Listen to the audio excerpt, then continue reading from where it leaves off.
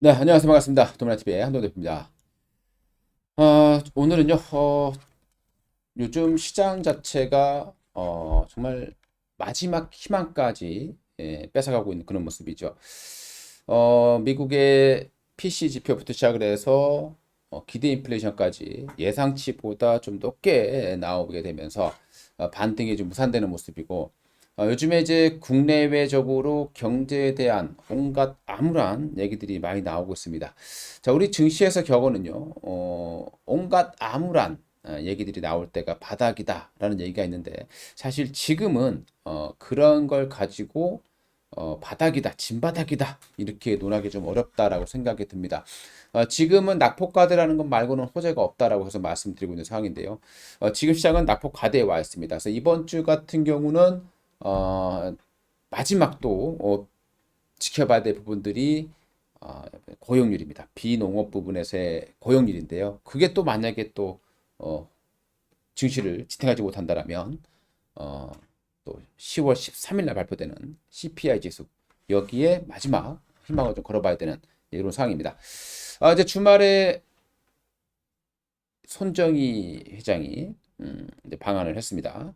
일주일간 한국에 머물면서 음, 뭔가 지금 ARM에 대한 돌파구를 좀 내놓지 않을까라는 심리들이 많이 작용하고 있는 상황이죠. 원래 이제 뭐 삼성이라던가 컨소시엄으로서 ARM을 인수하는 거 아니냐라는 얘기들이 많이 나오고 있습니다. 자, 그렇기 전에 과연 가능성이 있는지, ARM은 어떤 회사이고 어떤 내용을 가지고 있는지 그 내용부터 한번 보면서 우리가 좀 전략을 좀 세워봐야 될 것 같습니다.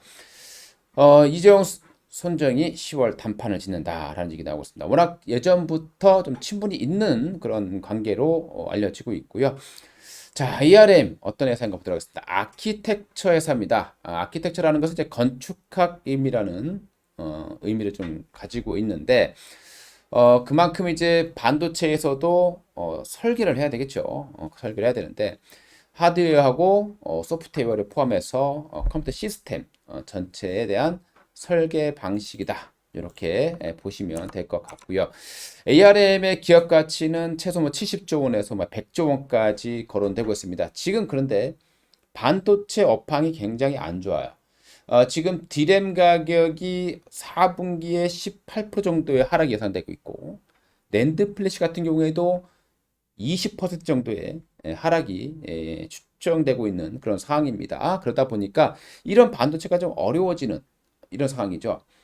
얼마 전까지만 하더라도, 불과 1년 전까지만 하더라도, 뭐, 온 세계는 반도체 열강을 했죠. 반도체 부족 사태까지 있었고. 그런데 이제 금리가 올라가면서 경제가 안 좋아지기 시작했죠. 그러다 보니까 이 하이테크 기업들, 뭐, 구글이라든가, 아마존이라든가, 뭐, 마이크로소프트라든가, 이런 기업들이 투자를 줄이게 되는 거죠.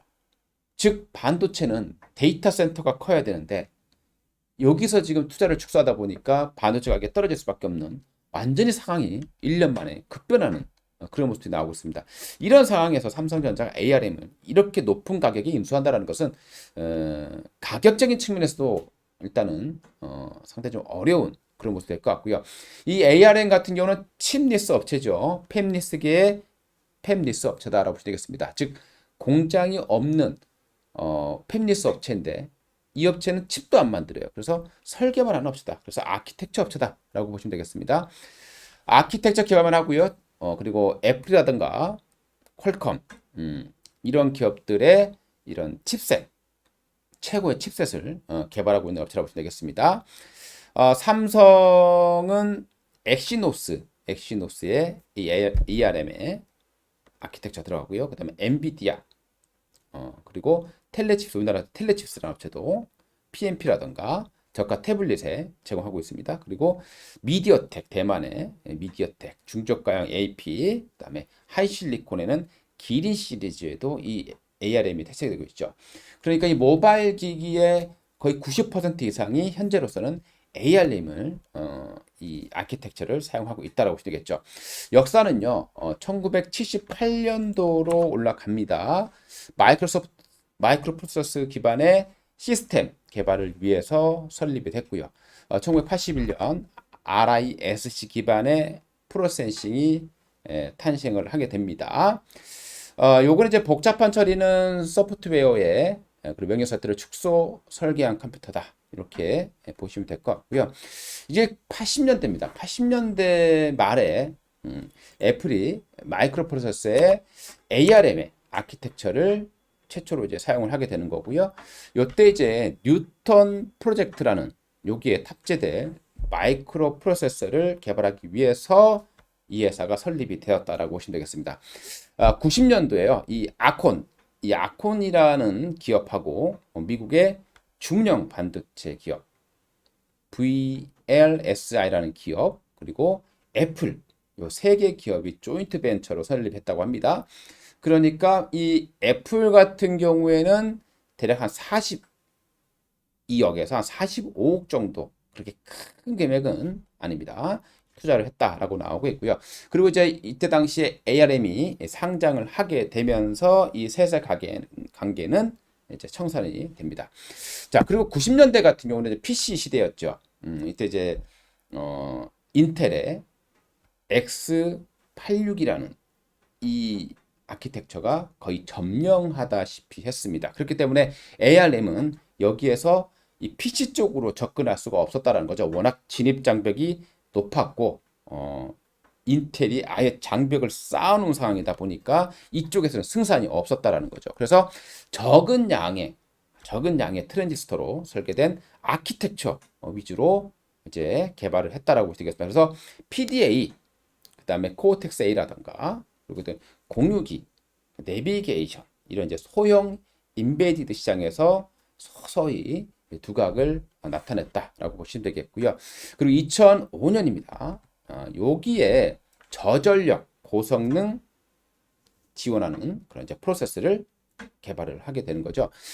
근데 이제 이때부터 이제 큰 변화가 찾아오게 됩니다. 우리가 이제 2008년도에 금융위기 발생했죠. 근데 신기하게 이 기술의 이 격변이라는 것은 이 위기 뒤에 발생한 경우가 많이 있죠. 우리 IMF 터졌을 때도 그렇게 죽을 것 같았는데 바로 인터넷이 붐이 일게 되면서 경제 위기가 완전히 좀 극복하는 것인 것 같고 그 다음에 이제 2008년 금융위기가 왔을 때는 이 모바일 스마트폰이 본격적으로 기술이 개발된 거고요. 그리고 이번에도 뭐 메타버스라던가 뭐 이런 부분들이 분명히 향후에는 경제 위기 뒤에 크게 성장할 가능성이 높은 거죠. 그러니까 2008년도 금융위기 터지고 나서 애플의 이 모바일 스마트폰이 나오게 되면서 이 스마트폰은 바로 이 저전력이 핵심이죠. 배터리 관리가 굉장히 핵심입니다. 그래서 이때부터 ARM의 이 아키텍처가 본격적으로 성장했다라고 볼 수 되겠습니다. 그리고 2016년도에 이제 소프트뱅크에 이제 인수가 되는 거죠. 대략 한 40조 원 정도의 인수가 됐습니다. 그러면서 이제 상장 폐지를 하게 된 거죠. 그리고 2020년도 엔비디아가 인수를 추진했습니다. 그런데 무산이 된 거죠. 자, 그리고 최근에 SK 하이닉스와 퀄컴 뭐 이런 기업들이 공동 컨소시엄을 구성해서 공동 인수를 하겠다라는 그런 추진설들이 나오게 됐습니다. 자, 이 지금 손정희 회장은 소프트뱅크가 지금 굉장한 손실을 보고 있어요. 뭐 하이테크 기업들에 워낙 많이 투자를 했는데 최근에 주가도 폭락하고 이 기술적인 가도기에 들어오게 되면서 정말 엄청난 손실을 보고 있는 상황이죠. 그래서 빨리 현금을 창출하기 위해서 ARM을 지금 매각하려고 하는 그런 상황이라고 보시면 될 것 같습니다. 자, 우리가 이제 엔비디아가 ARM을 인수하려고 했었단 말이죠. 근데 이제 무산됐습니다. 그 무산된 이유는 뭐 겉으로는 각 국가들이 또 각 기업들이 이거 독과점이다라고 해서 반대를 했다는 거죠. 워낙 이 엔비디아라는 회사가 이제 과거부터 좀 갑질로 유명했다라고 해요. 굉장히 좀 기업체들로서는 이제 안 좋은 행동을 많이 해서 많은 기업들이 엔비디아를 적대시한다라고 알려져 있습니다. 자, 그리고 엔비디아는 이제부터 이제 뭐 그런 부분이 있었고요. 최근 이제 엔비디아는 차량용을 위해서 인수를 시도했다라고 나오고 있습니다. 그런데 뭐 여기에 저기 반대에 대한 부분도 있었지만 또 결정적인 중요한 이유가 하나 있었죠. 바로 ARM 차이나 이 경영권 문제였다는 겁니다. 이게 뭐냐면요. ARM 차이나가 중국 법인이겠죠. 지분의 51%를 중국에 있는 사모펀드에 매각을 하게 됩니다. 그 이후에 이제 원래는 판매업만 맡고 있다가 이후에 이제 연구라던가 뭐 개발 여기까지 진행을 하게 되는 거죠. 이러다가 이제 CEO 이제 이 ARM 차이나 CEO 옐런우라는 사람이요.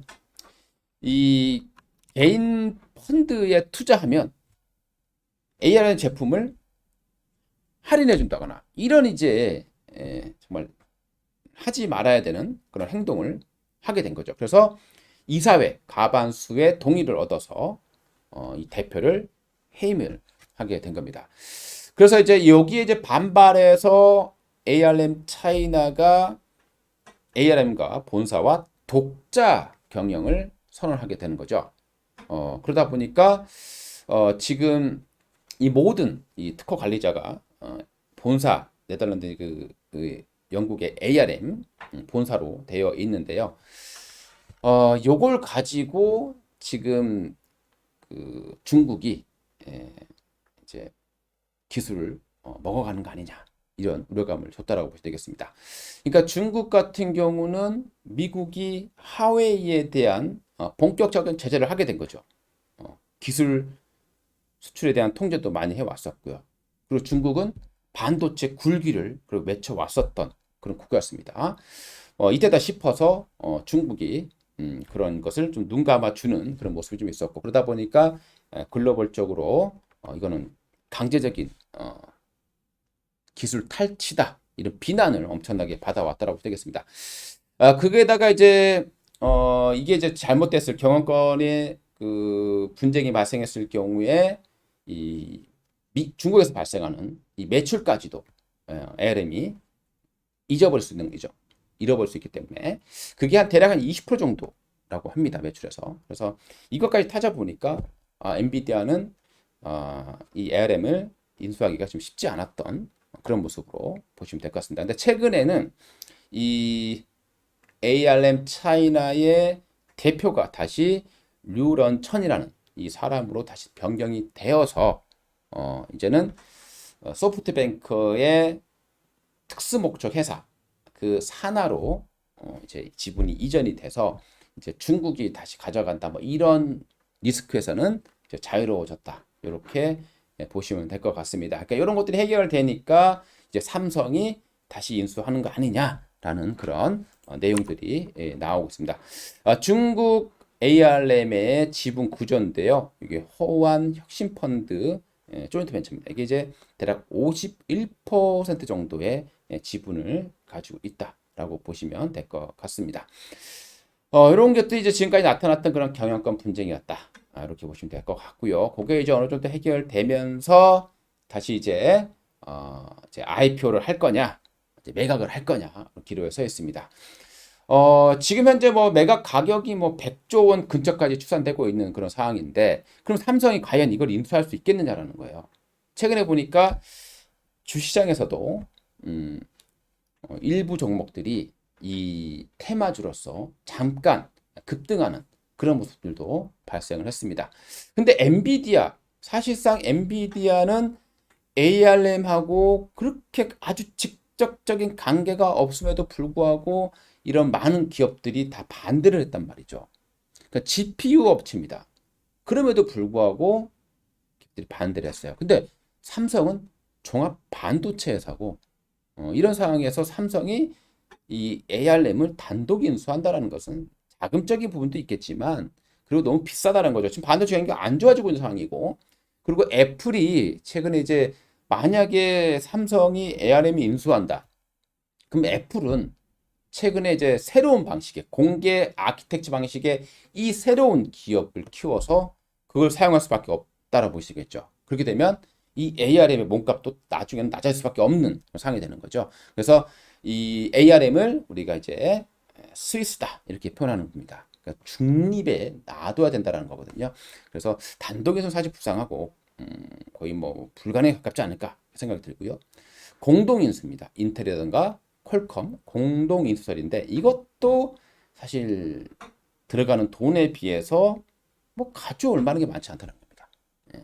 자, 그리고 마지막 얘기 나오는 것이 이제 소프트뱅크의 지분 일부 인수인데요. 이거는 손정희 회장 입장에서는 그렇게 또 하고 싶지 않은 그런 내용일 것 같습니다. 지금 당장 돈이 중요한 사항이고요. 자, 그러면은 뭐 방법은 하나 남아 있겠죠? 그러니까 IPO를 합니다. ARM이 상장을 하는데 거기에서 이제 삼성의 어떤 뭐 투자를 받거나 또는 뭐 삼성의 어떤 협력, 기술 협력이라든가 이런 걸 통해서 뭐 그런 부분에서의 어떤 돌파구가 나오지 않겠느냐. 시장은 이렇게 예상을 하고 있다라고 보시면 될 것 같고요. 뭐 아무래도 네 번째가 가장 확률이 높지 않을까. 뭐 위에 거 세 단계는 사실상 굉장히 좀 어렵지 않을까. 이렇게 생각이 들고 있습니다. 요게 이제 올라가다 보니까요. 최근에 시장이 뽑았던 관련주가 몇 개 있었어요. 가온칩스. 뭐 우리 가온칩스 하면 디자인 하우스 업체입니다. 그리고 코아시아 역시 마찬가지고요. 그다음 AD 테크놀로지 역시 마찬가지인데 이 세 개 업체가 한번 급등하는 모델이 한번 나왔다라는 거거든요. 그 외적으로는 뭐 큰 흔들림이 없었습니다. 뭐그 정도로만 관련주 좀 보셔야 될 것 같고요. 특히 뭐 가온칩스라는 업체가 주가 수준에서 보게 되면 가장 탄력 있게 움직였던 그런 종목이었고요. 지금은 다시 원점을 향해서 내려오는 그런 모습들을 보여주고 있습니다. 뭐 이게 이제 그때 손정희 회장이 방한한다고 했을 때 급등했다가 뭐 시장도 빠진 것도 있겠지만 실질적으로 삼성이 인수할 가능성이 극도로 낮아진다는 얘기가 나오게 되면서 주가가 좀 다시 내려온 상황이거든요.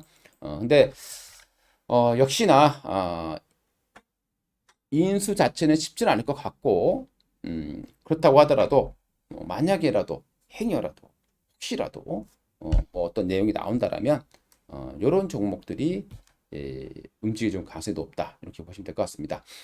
근데 반도체 자체가 당분간은 좀 어려운 그런 사이클이 예상이 되고 있기 때문에 저는 글쎄요 이런 종목들을 싸다라는 이유로 매수하는 것도 좋지는 않다 이렇게 판단이 됩니다. 또 신규주이기 때문에 또 이제 향후에 오버행 이슈도 계속 있을 수 있기 때문에 조금 더 관망을 하는 그런 전략이 좋지 않겠느냐라고 생각이 되고요.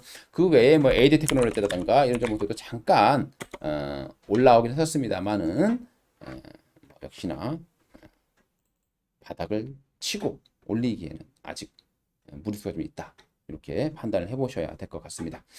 자, 오늘 좀 복잡한 내용이네요. ARM 관련된 부분들 좀 과거 역사부터 한번 좀 분석을 해드렸으니까요. 여러분들 참고 사항으로만 활용해 주셨으면 좋겠습니다. 감사합니다.